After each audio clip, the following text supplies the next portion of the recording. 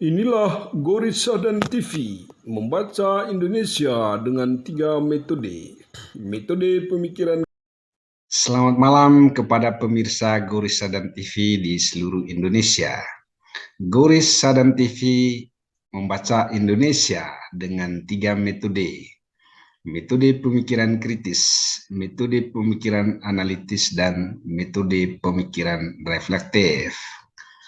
Pemirsa Gorissa dan TV yang kami cintai, pada kesempatan ini kita membahas tentang penangkapan kepala daerah oleh KPK. Perlu pemirsa ketahui bahwa sampai dengan tahun 2022 ini sudah ada 8 kepala daerah yang ditangkap oleh KPK, ya.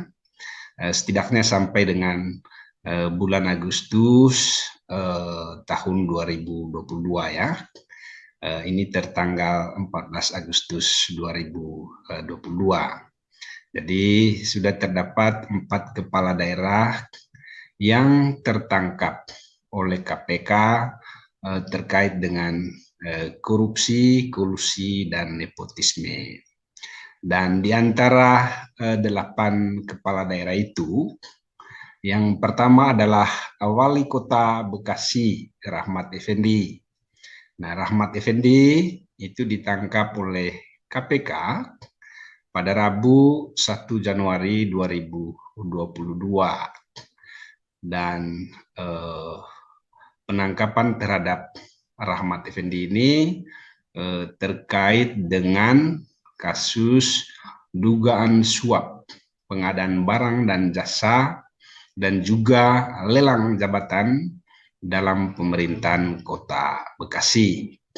Yang kedua adalah Bupati Menajam Pasir Utara, Abdul Ghafur Masud. Abdul Ghafur Masud ditangkap oleh KPK pada 12 Januari 2022.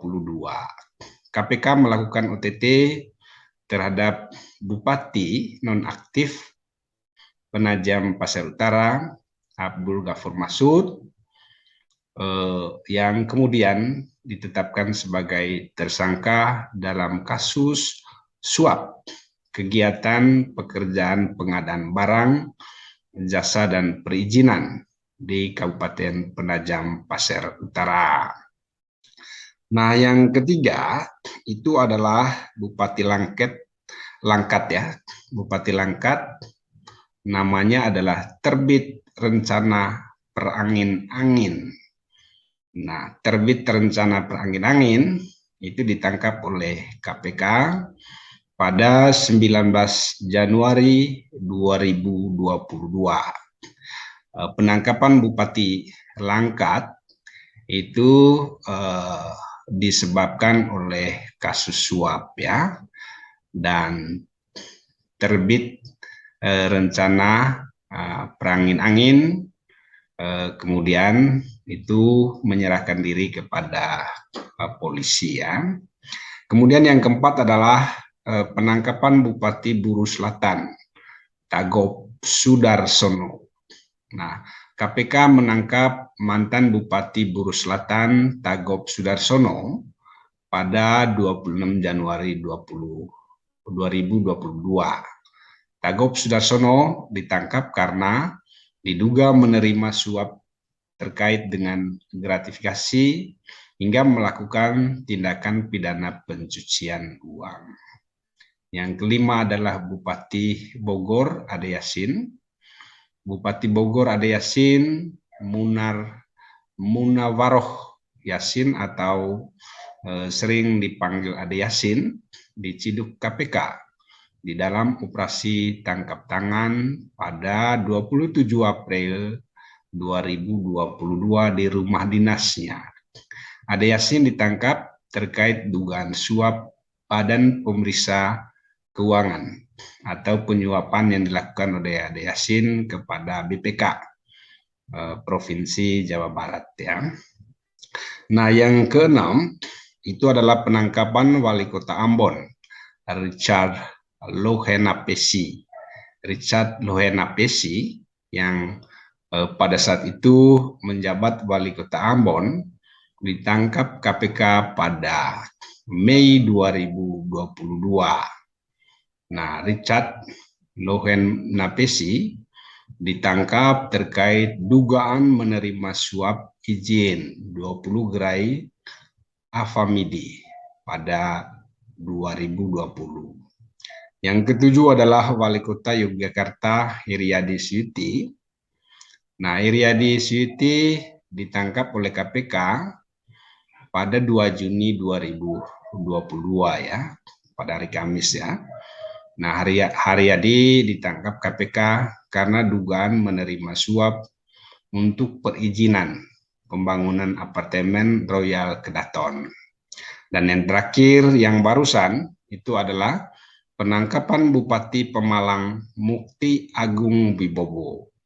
Bupati Pemalang Mukti Agung Wibowo kena OTT KPK pada 11 Agustus 2022 lalu, dan ia diduga menerima suap sebesar 6,1 miliar.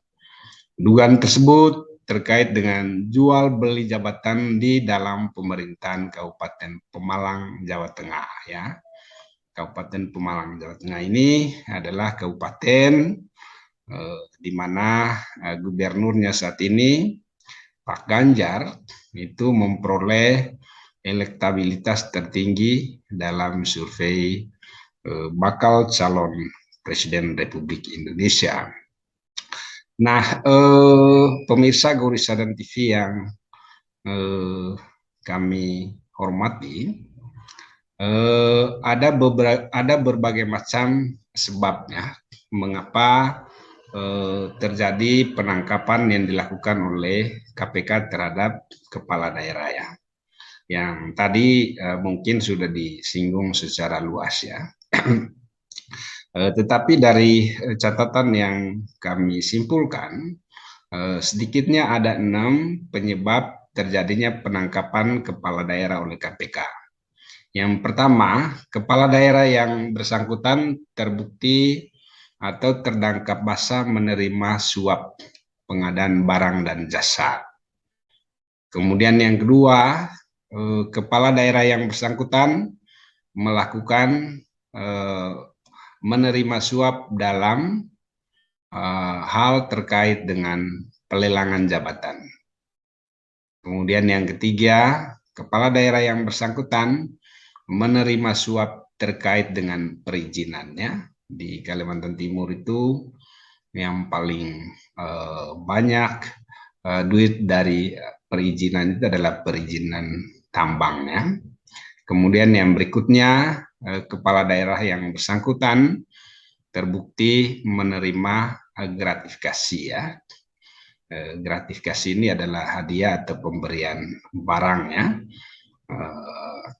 Bisa dalam berbagai macam bentuk ya. Kemudian yang berikutnya melakukan pencucian uang, dan yang terakhir itu kepala daerah yang bersangkutan terbukti melakukan penyuapan terhadap BPK, Badan Pemeriksa Keuangannya. Nah, untuk pemirsa ketahui bahwa kita mempunyai undang-undang pemerintahan daerah yang secara khusus mengatur larangan bagi kepala daerah untuk melakukan korupsi, kolusi, dan nepotisme ya. Nah, undang-undang pemerintahan daerah ini adalah undang-undang yang terakhir itu adalah Undang-Undang Nomor 23 Tahun 2014 tentang pemerintahan daerah.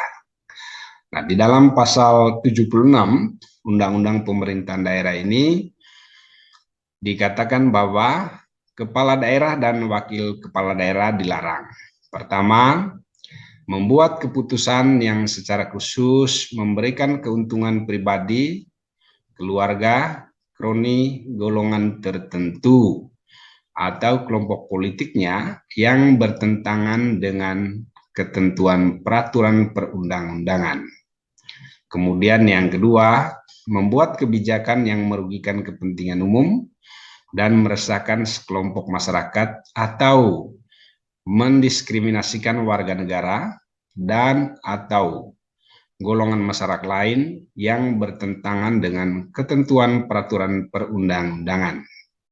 Yang ketiga, menjadi pengurus suatu perusahaan, baik milik swasta maupun milik negara atau daerah, atau pengurus yayasan bidang apapun. Yang keempat, menyalahgunakan wewenang yang menguntungkan diri sendiri dan atau merugikan daerah yang dipimpinnya. Yang kelima, melakukan korupsi, kolusi, dan nepotisme, serta menerima uang, barang, dan atau jasa dari pihak lain yang mempengaruhi keputusan atau tindakan yang akan dilakukan. Dan yang berikutnya, menjadi advokat atau kuasa hukum dalam suatu perkara di pengadilan selain sebagaimana dimaksud dalam pasal 65 ayat 1 dan seterusnya ya. Tetapi intinya bahwa ada satu poin yang secara khusus ya menganjurkan supaya kepala daerah itu tidak melakukan korupsi, kolusi, dan nepotisme ya, yang secara jelas diatur di dalam pasal 76 Undang-Undang Nomor 23 Tahun 2014 tentang Pemerintahan Daerah, poin E ya. Jadi kepala daerah dilarang melakukan korupsi, kolusi, dan nepotisme, serta menerima uang, barang, dan atau jasa dari pihak lain yang mempengaruhi keputusan atau tindakan yang akan dilakukannya. Jadi jelas ya, 8 kepala daerah yang ditangkap oleh KPK melanggar pasal 76 Undang-Undang Pemerintahan Daerah Nomor 23 Tahun 2014 tentang pemerintahan daerah. Nah, tentu saja penangkapan kepala daerah oleh KPK ini tidak bisa dilihat sebagai kisah sukses KPK ya.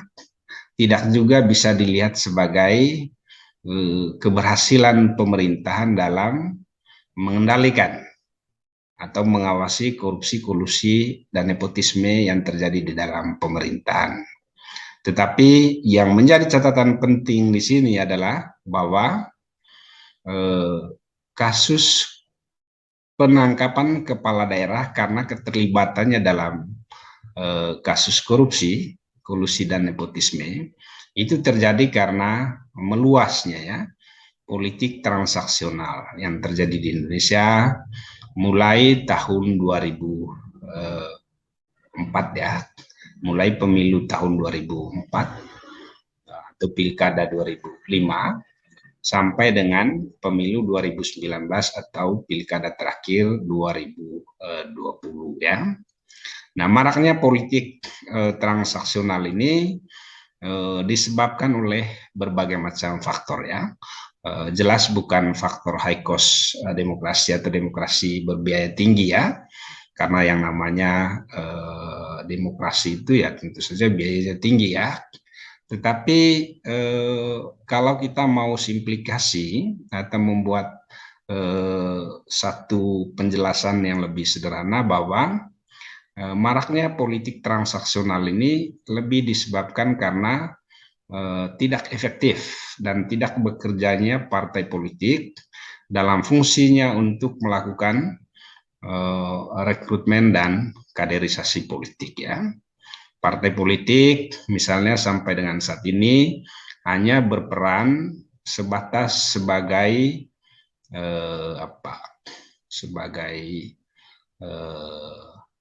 jembatan ya yang menghubungkan antara kader atau bakal calon yang punya potensi untuk menjadi kepala daerah dengan pemimpin atau otoritas tertinggi di dalam partai politik. Nah, di mana keputusan otoritas tertinggi di dalam partai politik yang kemudian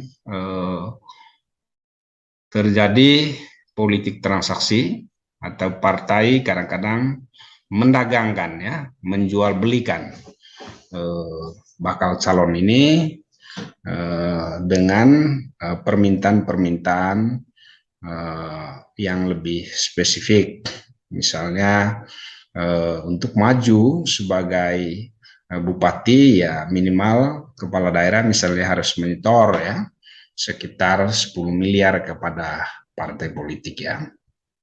Dan fenomena ini tentu saja bukan fenomena eh, yang terjadi sekarang saja ya, tetapi ini adalah fenomena yang sudah lazim, sudah biasa ya.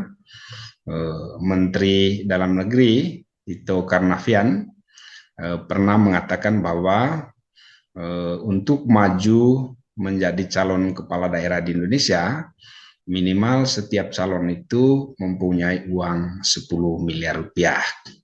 Dan uang 10 miliar rupiah ini juga merupakan uang yang digunakan untuk transaksi-transaksi politik ya. Jadi di samping store yang digunakan untuk biaya kampanye dan lain-lain di partai politik, juga adalah uang yang disetorkan kepada pimpinan partai politik ya. Nah untuk itu ada beberapa rekomendasi yang kita berikan, terutama bagaimana meminimalkan terjadinya politik transaksional di Indonesia, atau bagaimana caranya mengatasi supaya semakin berkurang kepala daerah yang ditangkap oleh KPK karena terlibat di dalam kasus korupsi, kolusi, dan nepotisme ya. Nah, jika Bapak Ibu sebelumnya sudah mengenal berbagai macam terma atau istilah yang sangat keren, misalnya terkait dengan reformasi birokrasi, dan ini sudah banyak yang mengolok-olok ya tentang reformasi birokrasi ini ya. Teman saya Jerry Sumampau baru-baru pernah mengatakan bahwa semakin birokrasi itu direformasi, semakin banyak korupsinya, semakin banyak aktor yang lihai dalam melakukan korupsi ya.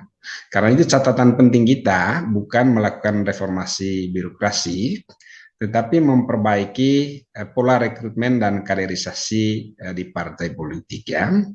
Jadi partai politik itu jangan hanya melakukan rekrutmen dan kaderisasi menjelang pemilu saja.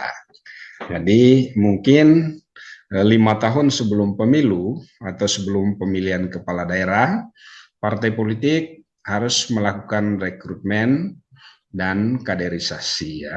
Dan rekrutmen ini harus dilakukan secara sistematis, kemudian ada kurikulumnya, kemudian rekrutmen kepada calon kepala daerah itu dilakukan secara terbuka ya.